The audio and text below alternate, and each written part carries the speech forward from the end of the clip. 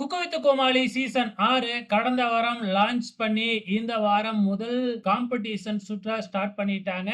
முதல் சீசன்ல இருந்து இந்த 6வது சீசன் வரைக்கும் கன்டின்யூ ஆகுற ஒரே ஒரு கோமாளி யாரு அப்படின்னு பாத்தீங்கன்னா நம்ம புகழ் தாங்க.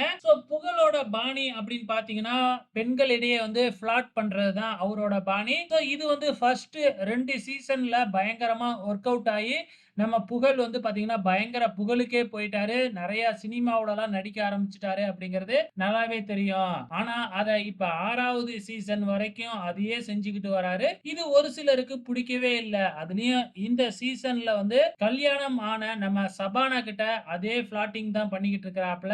அது மட்டும் இல்ல, இந்த சீசனுக்கு புதுசா வந்திருக்கிற டோலி கிட்டயும் வந்து பாத்தீங்கன்னா அதே காமெடியா தான் பண்ணிக்கிட்டு இருக்கிறாப்ல. இத ஒரு சிலருக்கு வந்து பிடிக்கவே இல்ல.